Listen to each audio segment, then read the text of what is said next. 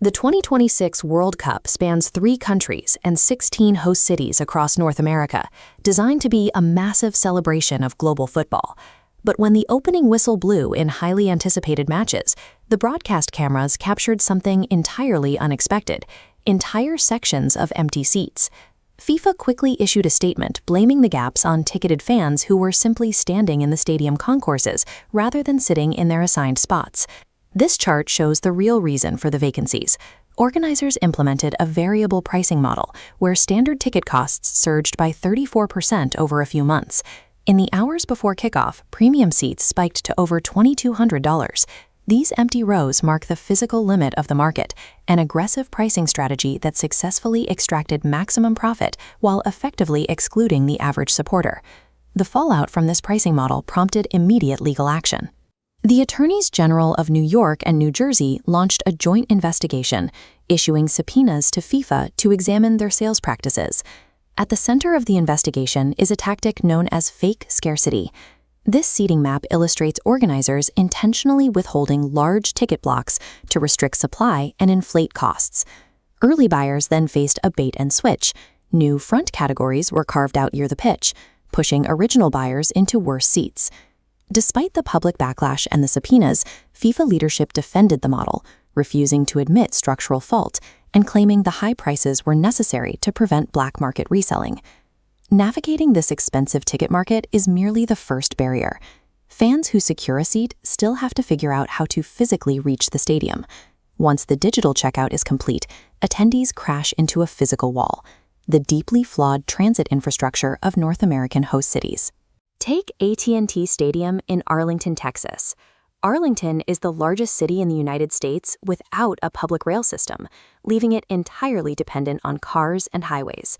To get crowds to the match, officials engineered a convoluted workaround, forcing fans onto a 90-minute train to charter bus pipeline. If you want to skip the bus and park at the stadium yourself, it costs up to $1,000. At MetLife Stadium, organizers attempted a different strategy to solve traffic congestion. They banned general stadium parking entirely, forcing tens of thousands of fans onto a limited regional rail network. These massive gaps in suburban infrastructure transformed the physical journey to the stadium into a secondary toll booth, heavily punishing attendees who cannot afford VIP parking or helicopter access. Because fans have no alternative, transit providers capitalized on the captive audience. Train tickets to the stadium were priced at $100, while rideshare companies tacked on $60 outbound surcharges. Even paying those surcharges doesn't guarantee efficiency. After the final whistle, fans are routed to peripheral parking lots, where they are caught in massive bottlenecks, standing shoulder to shoulder in multi-hour delays. The combination of extortionate transit fees and staggering physical delays reveals a logistical plan built to maximize profit extraction, rather than prioritize crowd safety and movement. And even after surviving the ticket prices and the transit delays, fans face one final, invisible gatekeeper at the stadium doors. Organizers mandated paperless dynamic QR code tickets. To prevent fraud, this technology requires an active cellular connection to continuously refresh. But when 80,000 devices converge on unprepared cell towers, the infrastructure buckles. The massive volume of data requests creates a blackout, crashing the network. This creates absolute chaos on the ground. Fully verified, paying fans are trapped outside the stadium gates, staring at blank screens, simply because their ticketing apps cannot load. Surviving the financial extortion and the physical gauntlet means absolutely nothing if the invisible digital infrastructure fails at the finish line. The empty seats, the transit surcharges, and the digital bottlenecks reveal a system optimized for yield, regardless of the friction it creates for the attendee. Events like this are now designed for a specific demographic: the high-value tourist.